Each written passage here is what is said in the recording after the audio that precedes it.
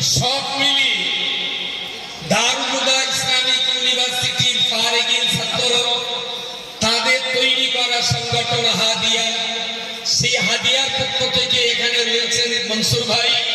ঠিক একটার পর একটা যেভাবে গুটি সাজিয়ে ফেলেছে, সে তাতে করে আমরা আল্লাহর উপরে ভরসা করতে পারি যে এই জিনিস, এই সিলসিলা, এই শিশু বয়স থেকেই যেমন ধর্মীয় শিক্ষা নেওয়া, তেমন স্কুলের শিক্ষা নেওয়া, যেমন ডাক্তার মাস্টার হওয়া, তেমন মসজিদে ইমামতি করা, যেমন মাওলানা হওয়া, তেমন হাই স্কুলের সায়েন্সের ক্লাস নেওয়া, এই দুটো শিক্ষা মেলবন্ধন তৈরি করে যে একাকার করে দেওয়ার যে পরিবেশ তৈরি হয়েছে, ইনশাআল্লাহ আমি এই জায়গায় দাঁড়িয়ে আল্লাহর জাতির উপরে ভরসা করে শপথ করে বলছি, এই কেরালা মডেল ইসলামিক স্কুল, হাদিয়া মোরাল স্কুল, অল ইন্ডিয়া শিক্ষা আন্দোলনের এই গতি ইনশাআল্লাহ ইমাম মেহেদী আর ঈসা রুহুল্লাহ পর্যন্ত আল্লাহ পৌঁছে দেবেন, আমি বিশ্বাস করি।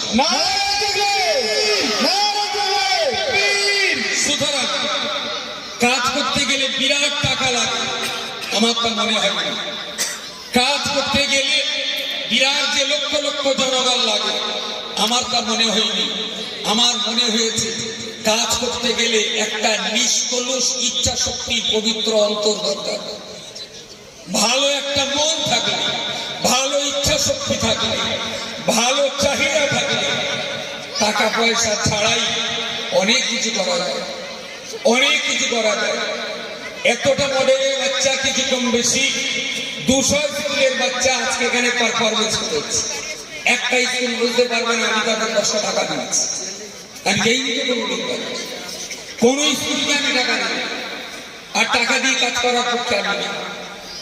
ওই গ্রামের স্কুল, ওই গ্রামের বেতন, ওই স্কুলের ইলেকট্রিক চার্জ, ওই স্কুলের মেইনটেনেন্স খরচ, যা কিছু সেই সমস্ত গ্রামের যারা খেটে খাওয়া রিক্সাওয়ালা, মুটে মজুর, স্বামী হারা বেওয়া স্ত্রীও তারা টাকা দিয়ে আমার এই মডেল ব্যবস্থাকে তারা জিন্দা রাখার জন্য সংগ্রাম করছে।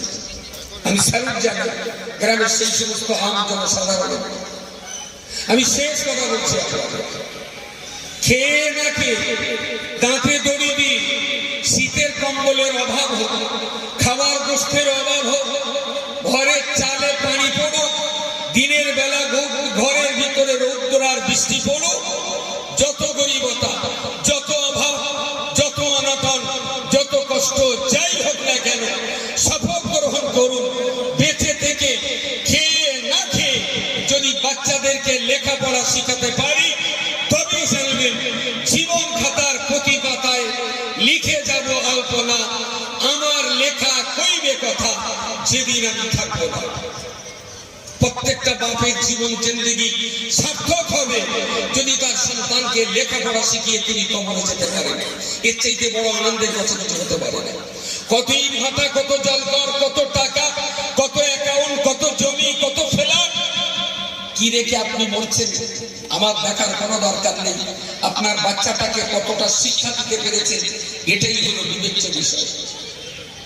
গরু ছাগল স্কুলে যায় না, বীরের কখনো পাঠশালায় যায় না, বাঘ কোনোদিন কোনো প্রাইভেট টিউশন নেয় না, হনুমান কোনোদিন স্কুলে পড়তে যায় না, বাদল কোনোদিন চক ডাস্টার নিয়ে ক্লাস বি হোল স্কয়ারের ফর্মুলা লেখে না। জন্তু জানোয়ারের সঙ্গে মানুষের যতগুলো পার্থক্য আছে তার সবচেয়ে বড় পার্থক্য হলো মানুষ লেখাপড়া করে আর কোনো প্রাণী লেখাপড়া করে না। এটাই হলো চতুষ্পদ জানোয়ার। জলে স্থলে যত প্রাণী বসবাস করছে তাদের সঙ্গে মানুষের পার্থক্য হলো, সবচেয়ে বড় পার্থক্য এটা যে তারা লেখাপড়া করে না আর মানুষ লেখাপড়া করে। সুতরাং নিষ্পাপ বেমানা মাসুম কচি যারা আজকে এখানে পারফরমেন্স নিয়েছো, আমার যদি জাজের আসলে বসিয়ে দেয় আমি সবার ফাঁস করে দেবো। এদের কেউই খারাপ পারফরমেন্স করেনি। আমি সেই সকাল থেকে এখান থেকে যখন অফিসে গেছি লাইটটা চালিয়ে দিয়ে অফিসে দুটো কাজ করেছি, একটার পর একটা দেখেছি। কারোর ভিতরে এই জায়গায় দাঁড়িয়ে এতটা মানুষের সামনে দাঁড়িয়ে কথা বলতে যে আমি পিছন দিকে দেখছিলাম একটা বাচ্চার কাপড় কাঁপিনি, একটা বাচ্চার ওড়না খপখপ করে কাঁপতে দেখিনি। তাদের যে সাহস, তাদের যে মেহনত, তাদের যে চেষ্টা, আর এই চেষ্টার পিছনে নিশ্চয়ই গ্রামের যে কমিটি এবং তাদের যারা টিচার রয়েছে, আমি সেই সমস্ত টিচারদের চরণধুলিকে প্রণাম জানাই। এই নিষ্পাপ বেগুনা মাসুম বাচ্চা যারা অবলা ছিল, যারা কথা বলতে পারত না, শিক্ষকরা অসম্ভব রকমের কষ্ট না করলে তাদের ছাত্রছাত্রীরা এখানে দাঁড়িয়ে কথা বলার পারফরমেন্স তারা করতে পারত না। এর পিছনে শিক্ষকদের অবদান অনস্বীকার্য। আমি তাদের চরণধুলিকে কর্মী হিসাবে, যে সমস্ত শিক্ষকরা এত মেহনত করে বাচ্চা তৈরি করেছেন, কোন শিক্ষক যেন এটা না ভাবে যে আমার কোচি প্রাইজ পেল না মানে আমি ব্যর্থ। আপনি ভুল করছেন। আপনার কোচিকে প্র্যাকটিস করিয়েছিলেন বলে এই কয়েক হাজার মানুষের সামনে এখানে দাঁড়িয়ে আপনার বাচ্চার বক্তব্য দেওয়াটা, এটা কি কম বড় প্রাইজ? আমার কথা বোঝা যায়নি? এই জায়গায় দাঁড়িয়ে কথা বলাটা, এটা কি কম বড় প্রাইজ? ক্যালকুলেটর বার করুন একটা, ঝটফট কারণ ক্যালকুলেটর, আরে মোবাইলে ক্যালকুলেটরটা বার করুন একটা, অঙ্ক বলুন। টোটাল আজকের এই প্রোগ্রামটা এ টু জেড 3 লক্ষ টাকা বাজেট আছে। 3 লক্ষ টাকা 12 ঘন্টা দিয়ে ভাগ করেন দিনই, পার ঘন্টায় কত? তাড়াতাড়ি তাড়াতাড়ি 3 লক্ষকে 12 দিয়ে ভাগ করেন 25, কত? 20,000, 20 না 25,000 হচ্ছে। 25,000কে 60 দিয়ে ভাগ করেন মিনিট। তাড়াতাড়ি তাড়াতাড়ি 416। আপনার কোচি এই জায়গায় দাঁড়িয়ে 7 মিনিট লেকচার দিয়েছে। 1 মিনিটের খরচা 416 টাকা, 7 মিনিটের খরচ 3,000 টাকা। আপনি আপনার কোচির পিছনে মেহনত করেছিলেন বলে আপনার কোচি আজ এখানে দাঁড়িয়ে প্রায় 3,000 টাকার বক্তব্য দিয়েছেন। অস্বীকার করতে পারবে? অস্বীকার করতে পারবে? এখানকার 1 মিনিটের দাম তো 416 টাকা। আপনার কোচি এই স্টেজে 7 মিনিট সময় নিয়েছে মানে আপনার কোচির মূল্য দেওয়া হয়েছে 3,000 টাকা। যদি আপনি মেহনত না করতেন, যদি আপনি চেষ্টা না করতেন, আপনার কোচিকে এখানে কেন কোটে দেওয়ার যোগ্যতা রাখতেন? সুতরাং প্রাইজ সবাই পাবে না, তবে এটা মনে রাখতে হবে, মানুষ ফেলিওর হওয়া, ব্যর্থ হওয়াটাই কিন্তু সফলতার উচ্চ শিখরে মানুষকে পৌঁছে দেয়। সুতরাং প্রাইজ পাওয়াটাই তোমার জীবনের বড় সাধনা নয়। তোমার জীবনের সফলতার জন্য হয়তো আজকে তুমি প্রাইজটা পাওনি, কিন্তু আজকে যারা ফার্স্ট সেকেন্ড থার্ড হবে, ইতিহাস ঘেটে দেখবে তারাও কিন্তু একবার ফেলিওর হয়েছে। তারা গতবার ফেল হয়েছে, তার আগেবার ফেল হয়েছে, তার আগেবার ফেল করবে, এবার কিন্তু তারা র্যাঙ্কে চলে এসেছে। সুতরাং তোমার জন্য উন্নততর জায়গায় পৌঁছানোর জন্য তোমার ফেল হওয়াটাও দরকার ছিল। অনেক ছেলে মেয়ে ছিল, তারা কিন্তু এই কম্পিটিশনে এসে ফেল হওয়ার যোগ্যতাও তারা পায়নি, তাই না? অনেক বাচ্চা তো এখানে চান্স পায়নি। তুমি যে চান্স পেয়েছো, এটা তোমার জন্য অনেক বড় পাওনা। কোন শিক্ষককে আমি যেন তার বাচ্চাকে ধমক দিতে না শুনি, তার বাচ্চার কাছে আফসোস করতে না শুনি, ওকে কোলে তুলে চুমা দিয়ে আদর করে বলবেন, আরে তুমি প্রাইজ পাওয়ার না পাও, তুমি যে এই স্টেজে দাঁড়িয়ে কথা বলেছো, আমি তোমার শিক্ষক হিসেবে এটা আমি তোমার কাছে দিই। সুতরাং প্রত্যেকটা শিক্ষক বলছি, খবরদার আমার কোন একটা ছেলে একটা মেয়েকে যেন মানসিক ভাবে কষ্ট দেবেন না। ওকে উৎসাহিত দিতে শিখুন, ওকে আরো আরো ভালো বলতে শিখুন। দেখবেন এবারে চেয়ে আগামী বছর তার পারফরমেন্স আরো ভালো হবে।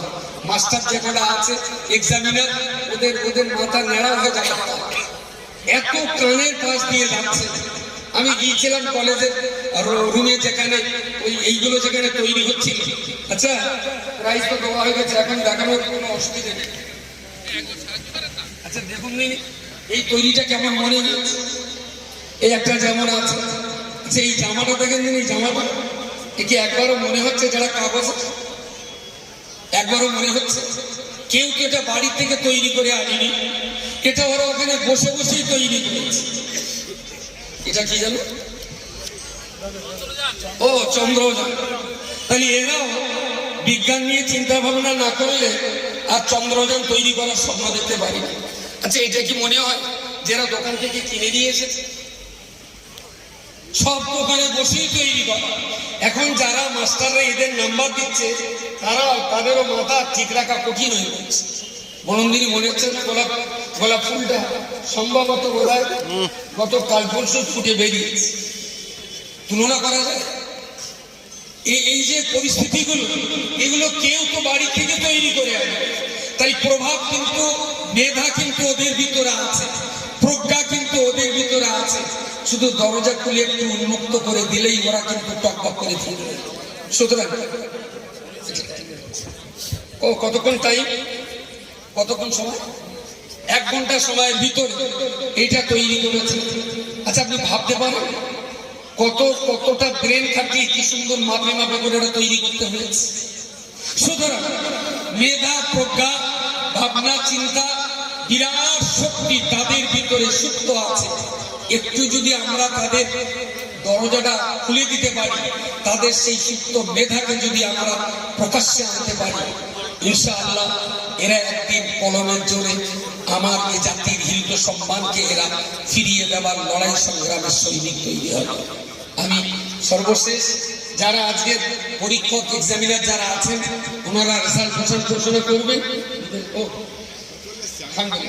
তো আলহামদুলিল্লাহ আমি খুব ক্ষমা চেয়ে নিচ্ছি আপনাদের কাছ থেকে যে বিশেষ করে গার্জেন, শিক্ষক মশাই, কচিরা সেই এখানে 8:30 এসেছেন, মানে কোনো গ্রাম থেকে সকাল 5টায় বেরোতে হয়েছে।